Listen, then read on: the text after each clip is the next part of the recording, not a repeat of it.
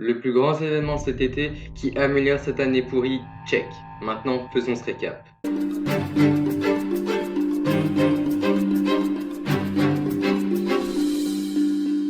Salut. Alors ce 22 août nous a, pour ceux qui l'ont vu, régalé. Et pour ceux qui l'ont pas vu, vous allez comprendre pourquoi dans cette vidéo. Qui sera plutôt courte parce que je pense que sur les réseaux, vous avez pu voir pas mal d'infos sur ce qui a été montré dans le DC Fandom. Donc cette vidéo est là pour bien vous donner toutes les infos intéressantes de l'événement. Alors on y va.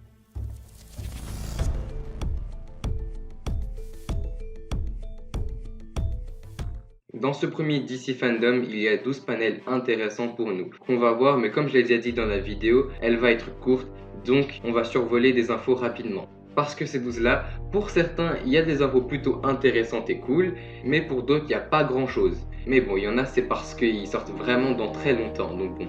Le premier panel qu'on a pu voir, et qui est le film qui a sa sortie la plus proche, est Wonder Woman 1984. Dans ce premier panel, on a pu voir les acteurs principaux parler et répondre à quelques questions, mais il nous a aussi donné une nouvelle bande-annonce qui nous montre de nouveaux aspects du film, auxquels les nouveautés se concentrent sur les méchants, où on a pu voir Maxwell Lord président, mais surtout Cheetah qui nous est enfin montré comme une antagoniste du film, avec ses deux affrontements avec Wonder Woman, l'un dans la Maison Blanche et l'autre sur un site, dans un vrai combat cette fois, avec l'armure et enfin la forme animale de Cheetah qui est plutôt pas mal. Ensuite, le développeur de jeux Warner Bros Games de Montréal nous a aussi donné une bande-annonce pour la suite de la série de jeux Arkham que j'apprécie beaucoup, Gotham Knight. Là, il y a du spoil, alors vous pouvez passer ce panel. Donc dans le précédent jeu, Batman Arkham Knight, Batman meurt à la fin du jeu.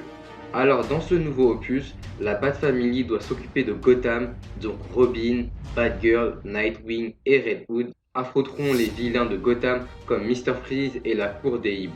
Alors le panel de The Flash, comme on le sait, le film aura un Flashpoint, une histoire où Flash remonte dans le temps.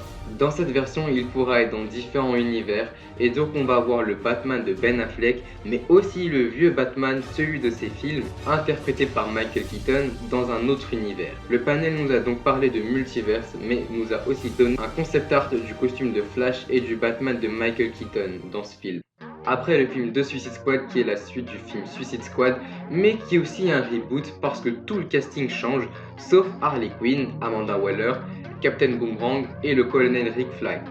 Ah, et donc dans ce nouveau casting, ils sont 17 protagonistes. C'est pas une blague, même cette chose est un protagoniste. Ce truc-là, oui, c'est un protagoniste. Eh ben, le panel nous donne une bande-annonce pour tous nous les montrer et nous montre aussi un behind the scenes qui nous montre le tournage du film, pour ceux qui parlent pas très bien anglais. Le prochain panel est le film qui était le plus attendu avant le DC Fandom, la Snyder Cut de Justice League, qui nous a montré un teaser mais vu sa longueur pourrait être un trailer, sauf que pour vous le rappeler, le film dure 4 heures. Donc bon, oui c'est un teaser. Ce teaser nous donne plein de nouveautés comme le costume noir de Superman, Iris West et d'autres, mais nous montre aussi les ennemis du film comme lui. C'est un récap, pas besoin de chercher sur Google qui sait. Et un Steppenwolf qui a glow up en termes de badassitude. Et le fameux Darkseid. Donc une bonne brochette d'être apocalyptique. Alors pour la série Flash, vu que Neozy et moi on n'est pas à jour sur la dernière saison et que Sarkonano l'a pas vu, ça va être rapide. Donc on nous a donné la bande-annonce de la saison 7 de la série. J'ai dit que ça allait être rapide. Ensuite le panel de Black Adam, qui avait la meilleure mise en scène du DC Fandom, sauf que vu que le film sort dans longtemps, ils n'avaient pas franchement de choses à nous dire, mais ils ont fait une backstory du personnage qui nous a montré une cinématique où on peut voir la Justice Society of America, et qui est la Société de Justice d'Amérique, qui nous montre Hawkman, Dr. Fate, Cyclone et Atom Smasher. Donc nous allons avoir de nouvelles têtes dans ce film et c'est plutôt cool. Après pour le panel de la série Titan, aucun teaser ou trailer nous a été donné, qu'un best-of des saisons précédentes. Mais nous savons que dans la saison 3, l'équipe s'installera à Gotham et nous donne de nouveaux personnages comme Barbara Gordon et l'épouvantail. Mais le Robin qu'on connaît deviendra Red Hood.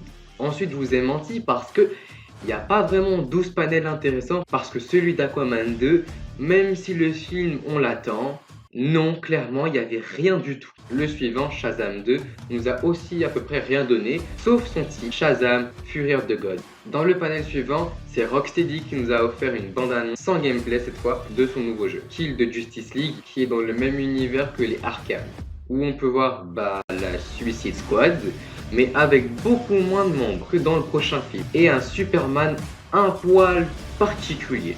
Mais je vais pas vous mentir, je trouve ce jeu plutôt intéressant parce que pouvoir frapper Superman, c'est plutôt un plaisir pour moi. Alors pour le dernier panel, celui-là, tout le monde a été hypé et qui a même réussi à détrôner la première place pour certains de la Justice League de Zack Snyder, qui a aussi changé la vie de pas mal de fans qui disaient que Robert Pattinson ne pouvait pas être Batman, avec la bande-annonce du film qui nous a cloués avec ce ton sombre et mystérieux et surtout le grand méchant du film, le Riddler et qui est l'homme mystère. Où on peut voir aussi ce Batman qui retient pas du tout ses coups. Ce film Batman, pour ceux qui ne le savent pas, n'est pas dans le DCU, donc pas dans la Justice League et tout, donc c'est un film indépendant à peu près comme le Joker. Comme vous avez pu le voir, et aussi parce qu'on est des youtubeurs de passion, j'ai pas donné une seule date de sortie dans la vidéo. Alors je vais le faire maintenant dans un ordre chronologique. Donc pour Wonder Woman 1984, le film sort le 30 septembre. Pour la série Titan, on ne sait pas encore quand la série devrait sortir, mais il y a des chances pour cet hiver, soit en 2020, soit 2021. Pour le jeu Gotham Knight, on sait qu'il sortira en 2021 sur PC, PS4, PS5, Xbox One et Xbox Series X. La Snyder Cut de Justice League devrait sortir en 2021, mais on n'a pas de date précise ou même comment elle sortira chez nous francophones. Pour la série Flash, sa 7ème saison, vu son retard, devrait sortir en janvier 2021, mais on n'en est pas sûr. The Suicide Squad devrait sortir le 4 août 2021. The Batman, lui, sortira le 29 septembre 2021. Pour le jeu Suicide Squad Kill de Justice League, le jeu sortira sur PC, PS5 et Xbox Series X.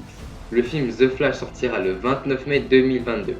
Shazam Fear of the God sortira lui le 2 ou 4 novembre 2022 et pour finir Aquaman 2 le 14 décembre 2022. Mais n'oubliez pas que ces dates sont sujettes à changer vu les retards. Pour finir la vidéo, pour moi le DC Fandom était un plutôt bon événement après le confinement et juste avant la rentrée, mais qui n'était pas parfait, mais vu que c'est le premier on va dire que ça passe. Même pour les sous-titres.